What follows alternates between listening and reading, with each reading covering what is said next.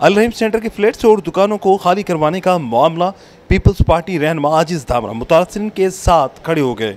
आजिज धामरा की जानिब से मामले पर हर तरह से कानूनी मामलत देने का अज़म। सेनेटर आजिज धामरा इत्तलात secretary Pakistan Peoples Party Sindh ticket holder PS 66 ने अपने हल्का इंतखाब के UC 29 में कायम अल रहीम प्लाजा में जारी देरीना मसले के हल के हवाले से जाए वक़ा पर पहुंचकर पुलिस से मुज़ाकरात किए और मसले के हल के हवाले से इक़दाम उठाए। आजिज धामरा का मजीद कहना था कि बैरिस्टर मुर्तज़ा वहाब और दीगर अफराद से इस मामले पर बात की है। इस मामले से निमटने के लिए मुख्तलिफ कानूनी पहलुओं पर गौर और माहिर कानून से भी बातचीत का सिलसिला जारी है। इस मौके पर सईद गुलाम मुस्तफ़ा शाह, दानियाल अबड़ो, जाहिद खान और दीगर भी मौजूद थे।